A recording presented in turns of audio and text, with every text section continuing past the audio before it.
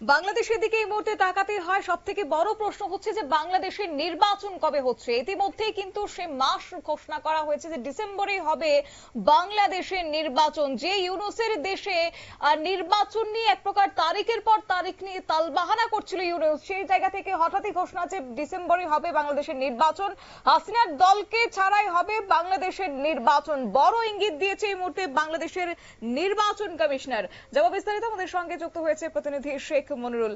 মনিরুল, কি জানতে পারছো? দেখো, ডিসেম্বরের প্রথমার্ধে জাতীয় সংসদ নির্বাচনের আইন কার্যক্রম ঘোষণা করা হবে বলে জানালেন বাংলাদেশের মুখ্য নির্বাচন কমিশনার নাসির উদ্দিন। তিনি বলেন, আগামী ফেব্রুয়ারির প্রথমার্ধে যদি আমাদের নির্বাচন করতে হয় তাহলে ডিসেম্বরের প্রথমার্ধে নির্বাচনী কার্যক্রম ঘোষণা করতে হবে। অর্থাৎ তোমার হচ্ছে ডিসেম্বরেই নির্বাচনী যে প্রক্রিয়া, সেই প্রক্রিয়া কিন্তু শুরু হয়ে যাবে। নির্বাচনের বিজ্ঞপ্তি যদি জারি করে দেয় তাহলে কিন্তু নির্বাচনী প্রক্রিয়া পুরোপুরি শুরু হয়ে যায়। তাই এটা হচ্ছে অক্টোবর মাস, আর এর মধ্যখানে হাতে থাকছে এক মাস, নভেম্বর মাসটা হাতে থাকছে। এখন প্রশ্ন হচ্ছে ডিসেম্বরেই জাতীয় নির্বাচন কমিশনার তারা বাংলাদেশের নির্বাচনের বিজ্ঞপ্তি জারি করবে কিনা, এবং রমজানের আগে নির্বাচনের লক্ষ্য নিয়ে প্রস্তুতি নিচ্ছে নির্বাচন কমিশন। আর তারপরে থেকেই কিন্তু যদি রমজানের আগে যদি বাংলাদেশে নির্বাচন করাতে হয় তাহলে কিন্তু ডিসেম্বরের অন্তত 10 থেকে 12 তারিখের মধ্যে তাদের সংবিধান অনুযায়ী কিন্তু বিজ্ঞপ্তি জারি করতে হবে। শনিবার বিকেলে বরিশাল সার্কিট হাউসে বিভাগীয় জেলা পর্যায়ের আধিকারিকদের সঙ্গে বৈঠকের শেষে একথা বলে নির্বাচন কমিশনার। সাংবাদিক বৈঠকে এম নাসির উদ্দিন বলেন, সবার কাছে আমাদের মূল মেসেজ হলো একটা সুষ্ঠু সুন্দর নির্বাচন উপহার দেওয়া। নির্বাচন কমিশন ও স্থানীয় প্রশাসন সুষ্ঠু নির্বাচনের লক্ষ্যে কাজ করছে। আমরা নির্বাচন যত দ্রুত সম্ভব করাতে চাই। আগে যে 2-3টা নির্বাচন হয়েছে, এবার সেই ধরনের নির্বাচন হওয়ার কোনো সম্ভাবনা নেই। শেখ হাসিনার দল আওয়ামী লীগ যে নির্বাচনে দাঁড়াতে পারবে না তাও স্পষ্ট করে দিয়েছেন নাসির উদ্দিন। তিনি বলেন, যেহেতু আওয়ামী লীগের সব কর্মকাণ্ড সরকার নিষিদ্ধ করেছে, সেহেতু বিচার সম্পূর্ণ হওয়ার আগে আওয়ামী লীগ নির্বাচনে অংশগ্রহণ করতে পারবে না।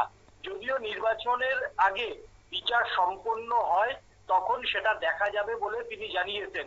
আগামী নির্বাচনে সাংবাদিকদের গুরুত্বপূর্ণ ভূমিকা পালন করতে হবে বলে জানিয়েছেন বাংলাদেশের মুখ্য নির্বাচন কমিশনার। নির্বাচনের সময় সত্য মিথ্যা যাচাই না করে কেউ যদি গুজব ছড়ায় তা থেকে বড় ধরনের অশান্তির সৃষ্টি হতে পারে। এই বিষয়ে সাংবাদিকদের সহযোগিতা চেয়েছেন এবং ছাত্রদের গড়া দল এনসিপির যে শাপলা প্রতীকের বিষয়ে তিনি বলেন, এটা দলের প্রতীক নিয়ে গেলে আইন ও বিধান অনুযায়ী নির্বাচন কমিশনার যে তালিকাভুক্ত প্রতীক আছে সেখান থেকে নিতে হয়। তারা যা চেয়েছে সেটা আমাদের তালিকাভুক্ত প্রতীক নয়, এই জন্য আমাদের ওদের শাপলা তোমার হচ্ছে দেওয়ার হওয়ার কোনো বিষয় নেই। পিআর পদ্ধতি বিষয়ে সিএসপি বলেন, পিআর নিয়ে রাজনৈতিক ভাবে বিতর্ক চলছে, এটি কিছুটা রাজনৈতিক বিষয় হয়ে গেছে। তবে আমরা কোনো নির্বাচন রাজনৈতিক কে ঢুকাতে চাইছি না। অর্থাৎ এই যে বর্তমান নির্বাচন কমিশনার, সেই বর্তমান নির্বাচন কমিশনার যখন বলছেন ডিসেম্বরে নির্বাচন হবে, জাতীয় সংসদ তারা অন্যদিকে সংবিধান সংস্কার না করে নির্বাচন করতে দেওয়া হবে না বলে কিন্তু সাফ জানিয়ে দিয়েছে ছাত্ররা।